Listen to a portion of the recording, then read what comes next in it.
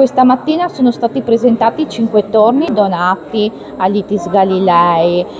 Qual è il futuro di questo legame tra impresa e scuola, visto anche il momento storico che stanno vivendo le aziende?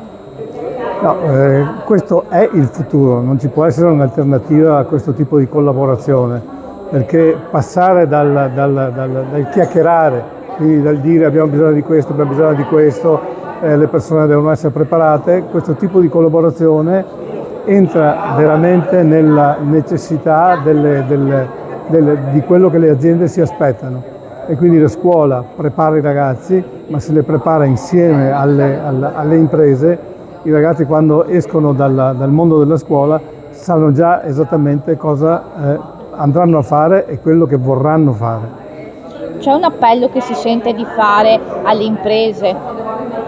Ma io quello che chiedo alle imprese, alle grandi imprese, ma soprattutto alle piccole imprese che sono la parte importante che sostiene questo territorio qua, di partecipare, di esserci, di portare le proprie istanze, perché c'è un fondamento di creatività e di originalità che non può essere lasciato solo dentro l'impresa. Portatelo pure fuori, mettetelo in comune, perché questo va a vantaggio della tua impresa, va a vantaggio, ma va a vantaggio anche di tutto il resto del territorio.